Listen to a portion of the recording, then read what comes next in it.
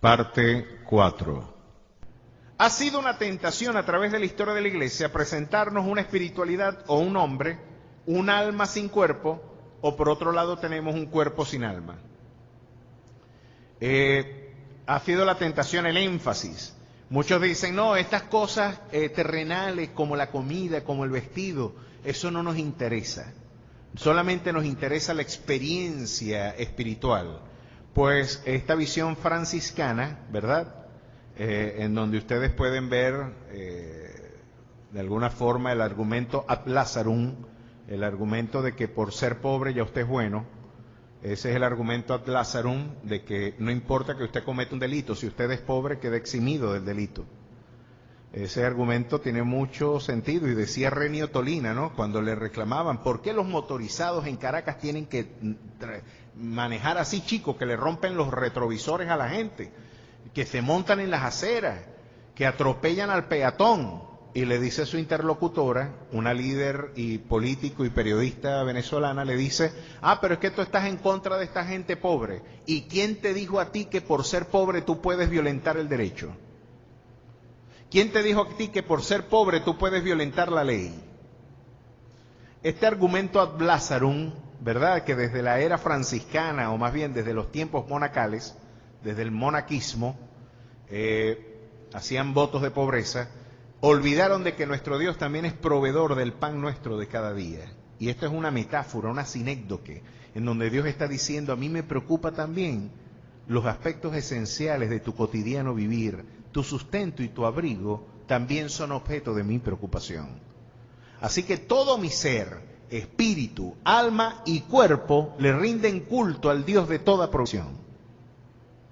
El Dios que se preocupa no solamente de mis pecados, sino también del vestido de mi hijo, de mi hija y de sus hijos para ir al colegio, del Dios que se preocupa por la comida de usted en el día a día, el Dios que se preocupa por el sustento y el abrigo, el techo, el transporte y la provisión digna para poder sostener el proyecto de vida familiar.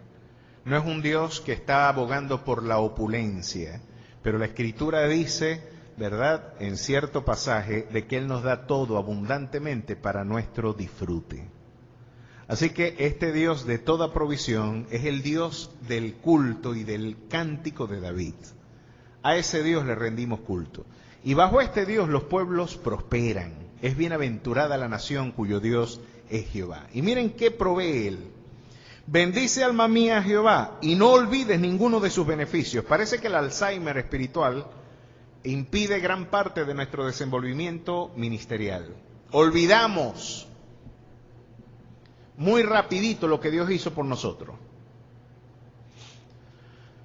Y usted puede ver eso, ese gesto de inmadurez, cuando usted se concentra en los aspectos terrenales demasiado, uno se olvida de estos aspectos.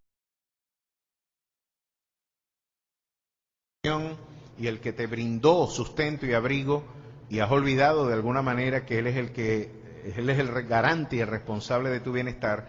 Y personas, no, yo me voy de esta iglesia, ¿verdad?, porque este hermano no me saludó. Y a mundo, y quizás el hermano estaba con algún problemón con la mujer o con su esposo, y a lo mejor estaba distraído, no es que no te quiso saludar, y tú decides irte. Pero curiosamente, el que se va de la iglesia por un hombre nunca es la iglesia visto. Porque uno generalmente está en la iglesia es por el factor, por el Cristo al que se predica. Yo me iría de una iglesia cuando empiezan a predicar falsas doctrinas. Yo de ahí sí me iría. Porque no puedo decir amén, ¿verdad? Yo estoy diciendo, no, pero este no es el Dios al que nosotros conocemos. Un Dios al que yo le tengo que pagar por un milagro. Un Dios al que yo tengo que... Ese no es el Dios de la Biblia, ese es el Dios del paganismo neocarismático. Yo me movería de un lugar cuando se ve comprometida la integridad del Evangelio, cuando se ve el núcleo sustancial del Evangelio comprometido. Pero las diferencias pueden estar presentes. Lo cierto es que olvidamos muy fácil permanentemente recordarnos. Este principio de recordar permanentemente tareas fundamentales del expositor bíblico. Y como nos lo diría el hermano Cecilio Arrastía, ese extraordinario expositor, la labor de un predicador es presentar muchas veces el mismo mensaje de diferentes maneras. Recordar, se te olvida.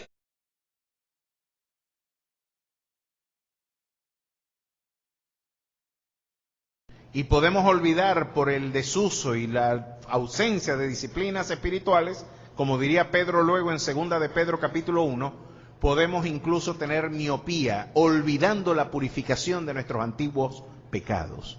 Pero David decía, no se me va a olvidar, porque Él es quien perdona todas tus iniquidades. Y aquí viene el Señor, cuantificador universal, no algunas iniquidades. Muchos podemos vivir en la esclavitud del recuerdo de malas memorias muy tristes y lúgubres, olvidando que Dios puede y ya perdonó tu pecado, mi hermano, mi hermana. Quizás hoy todavía te regodeas en la memoria dolorosa de algunos recuerdos vergonzosos, pero aquí David, el mismo hombre que había cometido prácticamente había transgredido casi todos los mandamientos, los transgredió en aquel episodio de su vida, ¿verdad? Porque desde el ocio hasta el adulterio, desde el homicidio hasta la mentira, desde la envidia hasta el codiciar la mujer del prójimo. A diferencia de Saúl, si ustedes ven, oye, ¿cuál fue la diferencia? Saúl estaba más preocupado por su estatus que por su comunión con Dios. A Saúl lo que le preocupaba, oye, voy a perder el esplendor social y económico que yo dispongo hoy. A David lo que le preocupaba era su comunión con Dios. Se encontraba absolutamente desesperado si Dios no lo acompañaba. El tesoro de David era Jesús, era su Señor. Eso era lo que él no estaba dispuesto a negociar. Sin embargo, él recordaba a su alma, ya él perdonó todas mis iniquidades. Y si ustedes lo ven, en el verso 12, cuanto está lejos el oriente del occidente, hizo alejar de nosotros nuestras rebeliones. El oriente del occidente, oriente, occidente. Si ustedes ven, aquí el oriente, ¿verdad? Lo tengo a mi mano derecha y el occidente a mi mano izquierda. Pero si yo me pongo en otro lugar del planeta, el oriente y el occidente se convierte en una realidad muy relativa. Lo que puede ser el occidente para este lado, este para el otro. Para Japón, América es su oriente, ¿verdad? Pero si lo vemos desde la perspectiva eurocéntrica, por supuesto occidente, de alguna forma es la experiencia hemisférica muy propia de nuestra región. Sin embargo, el oriente y el occidente son referencias relativas. Y con esto Dios está diciendo algo interesantísimo. Así como de inexistente este punto es relativo y quizás no existe, sino bajo ciertas coordenadas, así yo también he hecho desaparecer por completo tus rebeliones y tus iniquidades. No existen. Trata de buscarlo y no lo vas a conseguir. Es interesante que alguien pueda decir, como le reprocharon en una ocasión a cierto apologista, le dijeron, bueno, yo no puedo creer en el Dios tuyo, chico. Tú me estás diciendo que un tipo, buena gente, que de repente, de alguna forma, viene otro tipo que hizo toda su vida males, que se vivió en alcohol, que vivió en drogas, que mató, violó, robó, que hizo todos los males, 5 minutos antes de morir se puede ir para el cielo. ¿Tú crees que eso es justicia? ¿Tú crees que es justicia que un hombre que vivió una vida así vaya para el cielo y una persona que vivió en normas éticas impecables y no tiene a Cristo se vaya para el infierno? Le dijo un estudiante norteamericano a este apologista, William Lane Craig, y de alguna forma él le dijo, no, yo creo que sí es justo, porque en todo caso la ira de Dios no está reposando la justicia de ese hombre De alguna manera, no es que Dios no se airó con la iniquidad de ese hombre, es que Dios hizo reposar en Jesús todo el objeto de su ira, todo lo que aquel hombre tenía que pagar, ya Jesús lo pagó en la cruz del Calvario. Todo lo que se le pudiera imputar a un hombre, toda esa carga punitiva, reposó sobre Jesús cuando la ira de Jehová reposó en la cruz sobre Jesús. Pues de alguna manera ese pecado no existe porque Él pagó con su sangre más allá incluso del precio de mi pecado. Porque donde abunda el pecado, sobreabunda la gracia. Y esto no es una licencia para pecar, porque solamente hay perdón para aquel alma que vive y experimenta el arrepentimiento, que después de todo también es un don divino. Esa facultad, esa metanoia, ese cambio de mente, solamente puede ser una facultad conferida por el Espíritu a la vida del creyente. Y claro que sí, la buena noticia que tenemos, por eso lo llamamos evangelio, evangelión es buenas nuevas. La buena nueva es que tu pecado pasado ya fue pagado. Y fue pagado más allá del costo. El precio que Él pagó, sin duda alguna, es mayor que el precio del pecado. Porque tiene más valor la sangre de mi Señor que el precio que sin duda alguna mi pecado tuvo. Era imposible para mí pagarlo, pero Él pagó y te ha hecho libre de toda condenación, y hoy tú puedes decir: justificados pues por la fe, tenemos paz para con Dios por medio de nuestro Señor Jesucristo. Dígame usted si no es liberador saber que usted ya fue perdonado.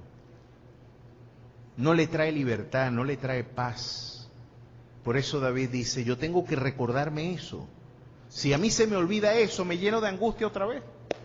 Tengo que recordarme: alma mía, no se te olvide esto.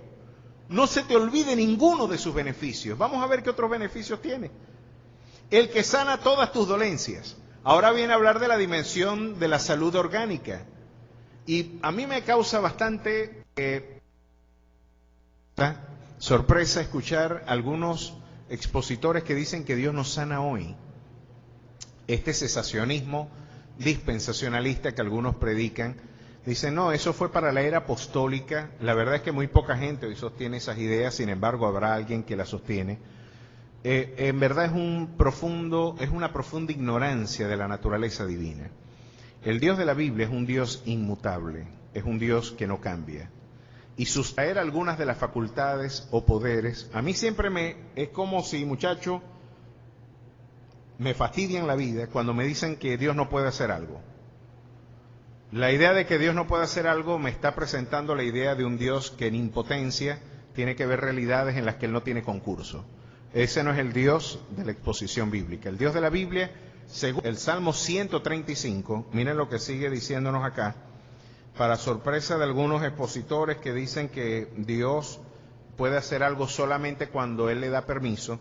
Pues Dios dice: yo no necesito tu permiso, ni necesito tu visa para entrar para tu país, ni necesito nada de eso, porque yo sostengo hasta las moléculas en las que tú estás caminando. El suelo en el que tú caminas lo sostengo yo. Ahora mira lo que dice este Dios. 135 verso 6, todo lo que Jehová quiere lo hace, en los cielos, y en la tierra, y en los mares, y en todos los abismos. Este Dios, todo lo que Él quiere lo hace. Él no está maniatado, Él no está: no, yo no puedo hacer esto. ¿Quién te dijo a ti eso, chico? El Dios que nosotros adoramos es el que te sana. Él es el mismo ayer, hoy y por los siglos. A su nombre sea la gloria. Y aún nuestro cuerpo, nuestro organismo, es sanado cuando la voluntad soberana de Dios y su poder concurren en nuestras vidas.